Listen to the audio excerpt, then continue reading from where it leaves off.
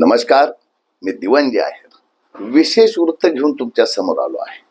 वसई विरार महापालिकेच्या निवडणुकीमध्ये 29 प्रभागापैकी एक प्रभाग असा आहे ज्यामध्ये एका उमेदवाराचा बोलबाला आहे. तो प्रभाग क्रमांक 4. चला तर मग सविस्तर जाणून घेऊया. अजीव यशवंत पाटील लोकसेवेचा प्रदीर्घ वारसा आणि विकासाचे नवे व्हिजन यावर एक नजर फिरूया.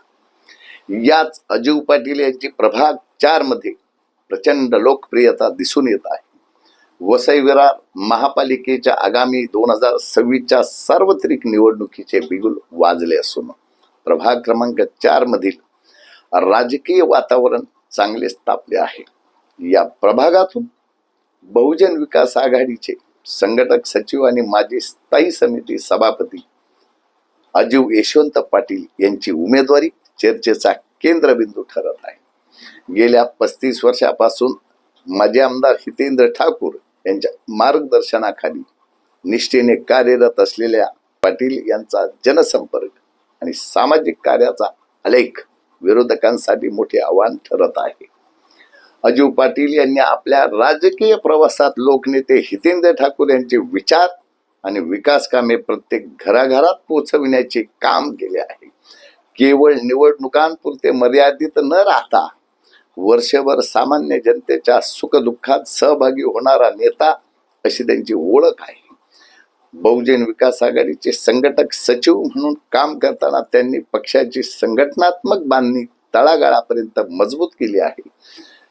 संकट काळातच खऱ्या नेतृत्वाची कसोटी लागते ती कशी? कोविड-19च्या भीषण संक्रमण काळात अजीव पाटील यांनी स्वतःच्या जीवाची पर्वा न करता मैदानात उतरून काम केले. टाळेबंदीच्या काळात गोरगरीब आणि गरजू कुटुंबांना रेशन वाटप, औषधाची मदत आणि आरोग्य सुविधा मिळवून देण्यासाठी त्यांनी अहोरात्र कष्ट घेतले आहे.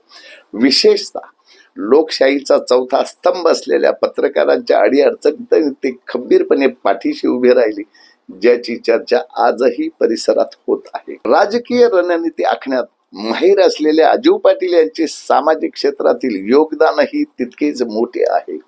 यंग स्टार ट्रस्टच्या माध्यमातून त्यांनी वसई विरारमध्ये सांस्कृतिक चळवळ जिवंत ठेवली आहे, तर विविध कलागुणांना वाव देणारे कार्यक्रम आणि सामाजिक उपक्रम राबवून त्यांनी महिला आणि तरुणांमध्ये स्वतःचे वेगळे स्थान निर्माण केले. माजी स्थायी समिती सभापती म्हणून काम करताना त्यांनी विकासाच्या कामावर घेतलेली पकड आणि प्रशासकीय अनुभवाचा फायदा त्यांना या निवडणुकीत होताना दिसत आहे. प्रभाग 4 मधील मतदारांशी असलेला त्यांचा थेट संवाद आणि कामाचा माणूस ही प्रतिमा, त्यामुळे त्यांना या प्रतिस्पर्धी उमेदवारांच्या तुलनेत प्रचंड प्रतिसाद मिळत आहे.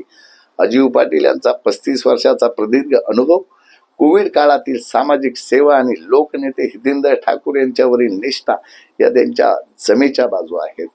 प्रभाग क्रमांक 4च्या सर्वांगीण विकासासाठी एक अनुभवी आणि संवेदनशील नेतृत्व म्हणून अजीव पाटील यांचे नाव सध्या आघाडीवर आहे. येणारी निवडणूक त्यांच्या या सकारात्मक कार्याची पोचपावती देणारी ठरेल असे चित्र दिसत आहे. त्यामुळे 15 तारखेला होणाऱ्या मतदानाच्या रूपात त्यांच्या झोळीत मतदार किती मतदान करणार आणि 16 तारखेला होणाऱ्या निकालामध्ये त्याचे रूपांतर काय होणार हेच पाहण्यासारखे असेल. आणि बंड की थंड याचा विजय होतो का हेच पाहण्यासारखे असेल. आज मात्र इतकेच. धन्यवाद. जय हिंद.